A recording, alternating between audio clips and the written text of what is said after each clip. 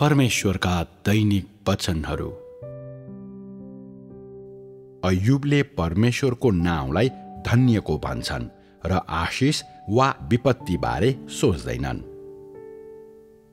त्यहाँ एउटा तथ्य छ जसलाई धर्मशास्त्रमा उल्लेख गरिएको अय्युबका कथाहरूमा कहीँ पनि समावेश गरिएको छैन र आज हामी यही तथ्यमा ध्यान केन्द्रित गर्नेछौँ।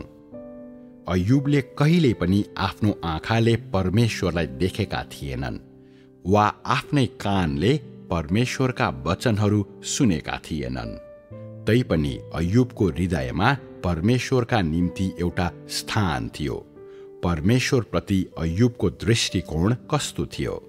यो पहिले उल्लेख गरिएको जस्तै हो, यहोवाको नाउँको प्रशंसा होस्। तिनले बिना शर्त जस्तोसुकै परिस्थिति भए पनि र कुनै कारण बिना परमेश्वरको नाउँलाई धन्यको भने। हामी देख्छौँ कि अय्युबले आफ्नो हृदय परमेश्वरलाई दिएका थिए र त्यसलाई परमेश्वरद्वारा नियन्त्रण गर्न दिएका थिए। तिनका सबै सोच, सबै निर्णय, आफ्नो हृदयमा बनाएका सबै योजना परमेश्वरको अघि उदाङ्गो राखिएका थिए र परमेश्वरबाट लुकाइएका थिएनन्। तिनको हृदय परमेश्वरको विरोधमा खडा थिएन र तिनले परमेश्वरसँग कहिल्यै पनि तिनको निम्ति केही गरिदिन वा केही कुरा दिन आग्रह गरेनन् र परमेश्वरको आराधनाबाट कुनै पनि कुरा प्राप्त गर्ने अति नै बढी चाहनाहरू राखेनन्। अय्युबले परमेश्वरसँग व्यापारको कुरा गरेनन् र कुनै बिन्ती वा मागहरू गरेनन्। तिनले परमेश्वरको नाउँको प्रशंसा गर्नुको कारण सबै थोकमाथि शासन गर्ने परमेश्वरको महान शक्ति र अख्तियारका निम्ति थियो र त्यो तिनले आशिष पाएको वा विपत्तिले प्रहार गरेको कुरामा निर्भर थिएन। परमेश्वरले मानिसहरूलाई आशिष दिनु भए पनि वा तिनीहरूमाथि विपत्ति ल्याउनु भए पनि उहाँको शक्ति र अख्तियार परिवर्तन हुँदैन। यसैले कुनै व्यक्तिका परिस्थितिहरू जस्तोसुकै भए पनि परमेश्वरको नाउँको प्रशंसा गरिनुपर्छ भन्ने तिनलाई विश्वास थियो। परमेश्वरको सार्वभौमिकताको कारण मानिसले परमेश्वरद्वारा आशिष पाउँछ र जब मानिसमाथि विपत्ति आइलाग्छ त्यो पनि परमेश्वरको सार्वभौमिकताकै कारणले हो। परमेश्वरको शक्ति र अख्तियारले मानिसको सम्बन्धका सबै कुरामाथि शासन र प्रबन्ध गर्छ। मानिसको भाग्यका परिवर्तनहरू परमेश्वरको शक्ति र अख्तियारका प्रकटीकरण हुन् र व्यक्तिको दृष्टिकोण जस्तै भए पनि परमेश्वरको नाउँको प्रशंसा गरिनुपर्छ। अय्युबले आफ्नो जीवनकालमा यही कुरा अनुभव गरे र यही कुरा थाहा पाए। अय्युबका सबै विचार र कार्य परमेश्वरको कानमा पुगे र उहाँ सामु आइपुगे र उहाँले त्यसलाई महत्त्वपूर्ण कुराको रूपमा हेर्नुभयो। परमेश्वरले अय्युबको यो ज्ञानको कदर गर्नुभयो र त्यस्तो हृदय भएकोमा अय्युबलाई मूल्यवान ठान्नुभयो। त्यो हृदयले सधैँ परमेश्वरको आज्ञालाई पर्खन्थ्यो र चाहे जुनै समय वा ठाउँ होस्, सबै स्थानहरूमा आफूमाथि आइपरेको जुनसुकै कुरालाई त्यसले स्वागत गर्थ्यो।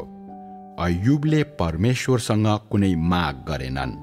तिनले परमेश्वरबाट आएका सबै प्रबन्धहरू पर्खने, स्वीकार गर्ने, सामना गर्ने र पालन गर्ने माग आफैसँग गरे।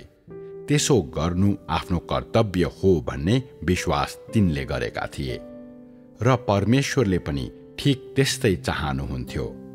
अय्युबले कहिले पनि परमेश्वरलाई देखेका थिएनन्, न त उहाँले बोल्नु भएको कुनै वचन नै सुनेका थिए, न त तिनलाई कुनै आदेश दिइएको थियो, न कुनै शिक्षा दिइएको थियो, न त तिनलाई कुनै निर्देशन दिइएको थियो। आजका शब्दमा भन्नुपर्दा परमेश्वरले सत्यताको सम्बन्धमा तिनलाई कुनै ज्ञान, मार्गनिर्देशन वा प्रावधान नदिनु भएको अवस्थामा पनि तिनमा परमेश्वरप्रति त्यस्तो ज्ञान र आचरण हुनु त्यो बहुमूल्य कुरा थियो र तिनले त्यस्तो कुरा प्रकट गर्नु परमेश्वरका लागि पर्याप्त थियो र तिनको गवाहीलाई परमेश्वरले प्रशंसा र कदर गर्नुभयो।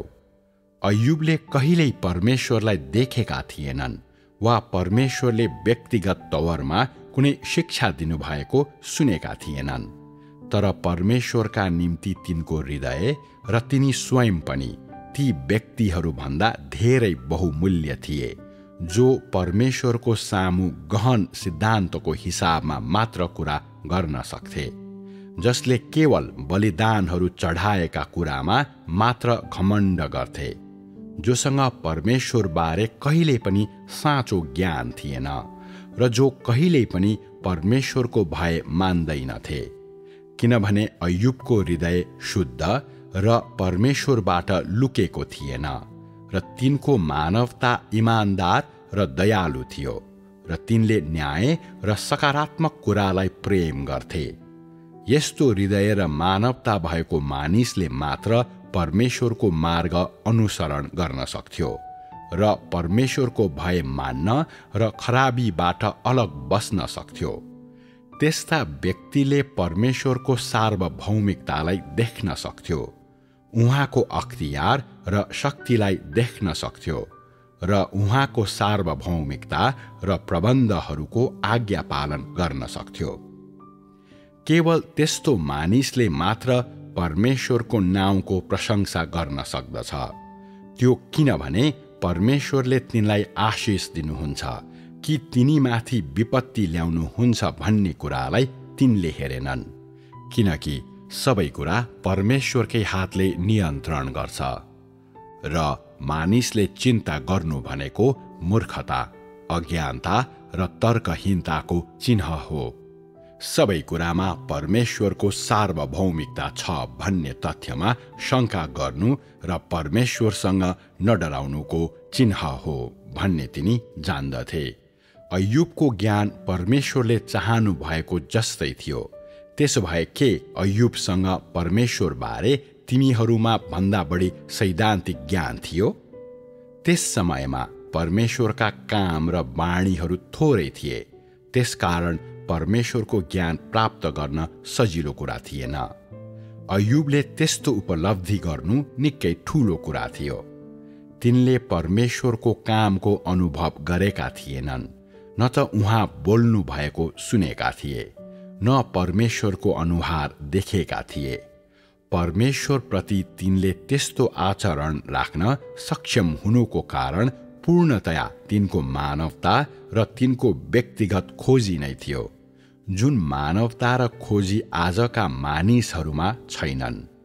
त्यसकारण त्यस युगमा परमेश्वरले भन्नुभयो, तिनी जस्तो सिद्ध र सोझो पृथ्वीमा कोही पनि छैन। त्यो युगमा परमेश्वरले अघिबाटै तिनको बारेमा त्यस्तो मूल्याङ्कन गरिसक्नु भएको थियो र त्यस्तै निष्कर्षमा पुग्नु भएको थियो। आज यो कतिको सत्य हुनेछ।